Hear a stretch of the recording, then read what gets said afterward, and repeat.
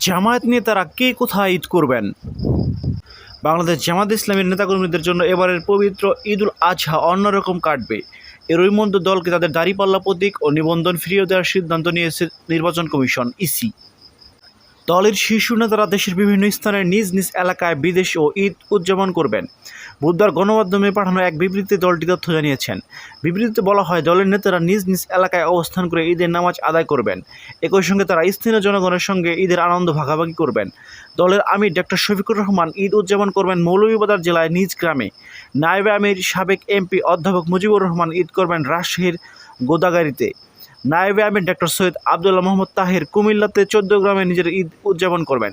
এছাড়া নায়েবে আমির মাওলানা শামসুল ইসলাম ঈদ উদযাপন করবেন চট্টগ্রামের সাতকানিয়ায়। দলের সেক্রেটারি জেনারেল অধ্যাপক মিয়া গোলাম পরোয়ার অবস্থান করবেন সৌদি আরবের মক্কা নগরীতে। ভারপ্রাপ্ত সেক্রেটারি জেনারেল মাওলানা এটিএম মাসুম ঈদ করবেন কুমিল্লার লাকসামে। এছাড়া সহকারী সেক্রেটারি জেনারেল মাওলানা রফিকুল ইসলাম খান থাকবেন সিরাজগঞ্জের উল্লাপাড়ায়। হামিদুর রহমান আজাদ থাকবেন ঢাকার বসুন্ধরায়। মাওলানা আব্দুল হালিম থাকবেন চৌদ্দগ্রামের ভাঙ্গা পুরুষকানি গ্রামে। সহকারী secretary general advocate Moazzem Hossain Helal থাকবেন বরিশালে। অ্যাডভোকেট এহসানুল মাহমুদ জোয়ার থাকবেন সিলেটে এবং মাওলানা শাহজাহান থাকবেন চট্টগ্রাম নগরীতে। এছাড়া কেন্দ্রীয় নির্বাহী পরিষদ সদস্যদের মধ্যে সাইফুল আলম খান মিলন, আব্দুর রব, মোবারক হোসেন ঈদ করবেন ঢাকায়। অ্যাডভোকেট মতিউর রহমান আকন্দ থাকবেন ময়মনসিংহের মুক্তাগাছায়। অধ্যক্ষ শাহাবুদ্দিন থাকবেন বগুড়ায়। অধ্যক্ষ ইজ্জতুল্লাহ থাকবেন সৌদি আরবে।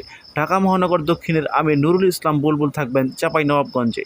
ঢাকা মহানগর উত্তরের আমির মোহাম্মদ সেলিম উদ্দিন থাকবেন সিলেটে।